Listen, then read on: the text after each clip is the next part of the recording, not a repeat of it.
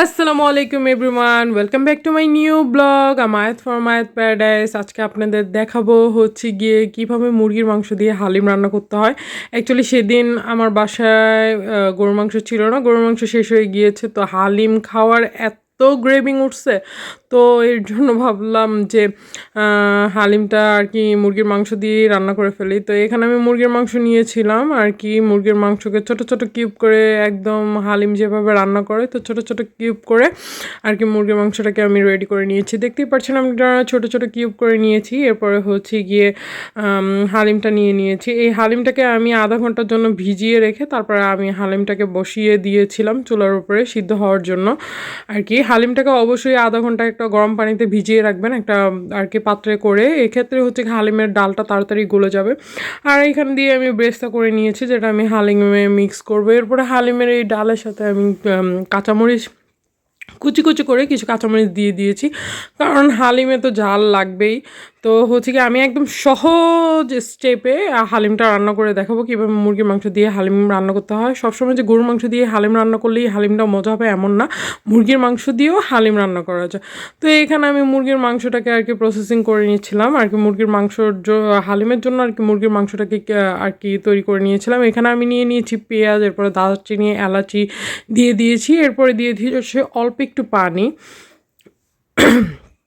এরপরে পেঁয়াজটাকে ভালো মতো কষে নেব, যখন পানির পরিমাণটা একটু কমে যাবে এখানে আমি অ্যাড করে নিচ্ছি আদা। কেউ আদা মানে কাঁচা কাঁচাও দেয়, অনেক মানুষ আছে আদা কাঁচা কাঁচা দেয় পিচ পিচ করে, আর আমি আদা বাটাটাই দিতে পছন্দ করি, কারণ আদা আমার মুখে পড়লে আমার কেমন জানি লাগে। তো এরপরে দিয়ে দিয়েছি সেই কুচি কুচি ছোটো ছোটো করে মাংস যেটা আমি হালিমের জন্য কেটে রেখেছিলাম, সেটা কিউব কিউব মাংসগুলো সব দিয়ে দিয়েছি। এরপর মাংসটাকে এটার সাথে ভাজা ভাজা করে নিচ্ছি, পানিটার মধ্যে ভালো মতো কষিয়ে নিচ্ছিলাম। এরপরে দিয়ে দিয়েছি এই যে হালিম মিক্সার মশলা, একদমই ইজি গাইস, একদমই ইজি। আপনারা যে কেউই ব্যাচেলার যারা ভাইয়ারা আছেন এই হালিমটা যে কোনো সময় আর কি পাক করে খেয়ে ফেলতে পারবেন, এত মানে ইজি স্টেপে আমি দেখিয়েছি।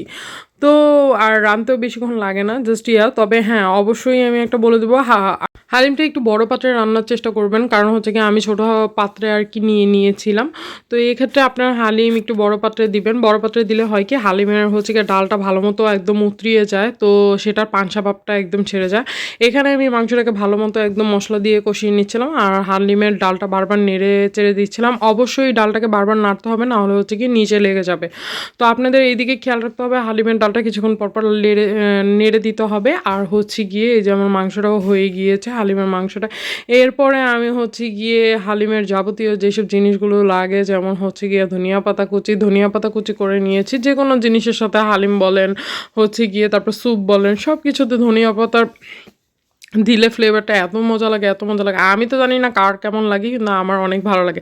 তো এরপরে হচ্ছে গিয়ে হালিমের যে মাংসটা আমি রেডি করেছিলাম হালিমের জন্য, সেই মাংসটা আমি দিয়ে দিয়েছি। এক্ষেত্রে বলা ভালো হচ্ছে গিয়ে মুরগির মাংস একদমই সিদ্ধ হতে সময় লাগে না, বেশি সিদ্ধ করার দরকার নেই, বেশি সিদ্ধ করলে আর কি গলে যাবে।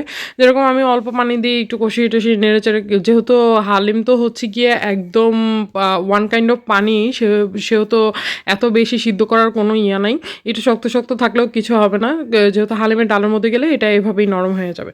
তো এরপরে আমি সব একদম মুরগির মাংসগুলো যেগুলো হচ্ছে গিয়ে একদম কষিয়ে নিচ্ছিলাম, এগুলো সব হালিমের ডালের মধ্যে ঢেলে দিয়েছি, আর অপেক্ষা করছিলাম হালিমের ডালটা কখন উতরিয়ে একদম কমে যাবে বলকাতে বলকাতে। তো এরপরে আমি হচ্ছে গিয়ে মাঝে মাঝে নেড়ে চেড়ে দিচ্ছিলাম, হালিমটা হওয়ার জন্য ওয়েট করতেছি। তবে হ্যাঁ, হালিম রান্না করতে হলে একটু ধৈর্য ধরে আর কি ওয়েট করতে হবে, যেহেতু হালিমের আর কি জিনিসটা টানার একটা ব্যাপার স্যাপার থাকে। আর এরপরে আমি হচ্ছে গিয়ে এই যে দেখেন আমার হালিমটা কিন্তু মোস্টলি টেনেই আসছে। তারপর হচ্ছে গিয়ে আমি এখানে শুকনো মরিচ টেলে নিচ্ছিলাম, শুকনো মরিচ আর কি যেসব হালিমের আর কি উপকরণ আছে এগুলো দিলে আর কি হালিম বেশি মজা লাগে। তো আমি এখানে শুকনো মরিচ টেলে নিচ্ছি, টেলে নিয়ে শুকনো মরিচটাকে আর কি গুঁড়ো গুঁড়ো করে নেবো, হাতের মাধ্যমে ম্যাশ করে নেব, যেটা আপনারা আর কি বুঝেন। এই যে দেখেন আমি শুকনো মরিচকে একদম ম্যাশ করে নিচ্ছি, গুঁড়ো গুঁড়ো করে নিচ্ছি। আর এখানে আমার এই যে হালিমের উপকরণগুলো, আমি হালিমে কী কী ইউজ করব, এখানে দেখেন লেবু আছে, শুকনো মরিচের গুঁড়া আছে, পেঁয়াজ কুচি নিয়েছি, সেটাকে আমি বেরেস্তা করে নিয়েছি। এখানে নিয়েছি কাঁচামরিচ কুচি, এরপরে নিয়েছি ধনে পাতা কুচি, এরপরে নিয়েছি ম্যাজিক মশলা দিলে হালিমের একদম মানে হালিমটা এত মজা হয় খেতে, আপনারা এত মজা হয় আমি জানি না কেউ দেয় কি না, আপনারা দিয়ে ট্রাই করবেন, ঠিক আছে। তো এগুলো হচ্ছে কি গিয়ে আমার বেসিক্যালি হালিমের উপকরণ। তো আপনারা হচ্ছে গিয়ে সবাই এগুলো দিয়ে ট্রাই করবেন, দেখবেন হালিমটা এত মজা লাগে। যেহেতু গরুর মাংস হচ্ছে গিয়ে হালিমের মেন উপকরণ, হালিম রান্নার জন্য গরুর মাংসটা মাস্ট বি ইউজ করতে হবে। যেহেতু আমার খুবই হালিম খেতে ইচ্ছা করতেছিল, তো মাঝে মাঝে প্রায় সময় আমি আর কি মুরগির মাংস দিয়ে হালিম রান্না করে ফেলি, যেহেতু আমার খুবই হালিম। আর এখানে হচ্ছে কি 1 প্যাকেট হালিমই আমার বাসায় ছিল, তো 1 প্যাকেটের জন্য আমি অতটুকু মাংস নিয়েছি। আপনারা হচ্ছে কি 2 প্যাকেট নিলে আর কি মাংসটা একটু বেশি নেবেন, মুরগির মাংস হোক গরুর মাংস হোক, মাংসটা একটু বেশি নেবেন। যেহেতু 1 প্যাকেট হালিমের মাংসের পরিমাণ খুবই কম থাকে, সেহেতু হচ্ছে গিয়ে 1 প্যাকেট আর কি হালিমের পরিমাণ খুবই কম থাকে। আমাদের দেশে তো এখন কী অবস্থা আপনারা সবাই জানেন, হালিমের প্যাকেট খুবই ছোট হয়ে গিয়েছে।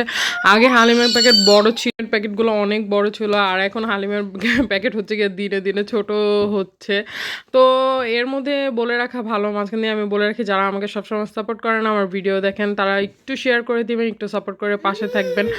তো আপনাদের সাপোর্টই হচ্ছে গিয়ে আমি অনেক খুশি হয়ে যাবো। জাস্ট একটু সাপোর্ট করবেন, বেশি সাপোর্ট লাগবে না। এখানে আমার হালিমটা একদমই রেডি, দেখেন আমার হালিমটা একদম ঘন হয়ে গেছে, একদম রেডি হয়ে গেছে। আলহামদুলিল্লাহ আলহামদুলিল্লাহ। সেদিন হালিমটা এত মজা হয়েছিল, এত মজা হয়েছিল, আপনারা দেখতেই পাচ্ছেন। হালিমটা এখন আমি বেড়ে নিচ্ছিলাম, বেড়ে নিয়ে আর কি এটা আমি আস্তে আস্তে এখন রেডি করে দিব। হালিমটা দেখেন, হালিমটা কতটা ঘন হয়েছে। তবে হ্যাঁ, হালিমটা যত ঘন করবেন, যত আর কি ঘন করবেন, হালিমের ঘনত্ব যত বেশি হবে, হালিমটা তত বেশি মজা লাগবে। তো এই তো আমার হালিমে একদমই রেডি। তো হালিমে এখন আমি মিক্স করে নিচ্ছিলাম। আমি কী কী নেব, প্রথমে নিয়ে নিয়েছিলাম ধনিয়া পাতা।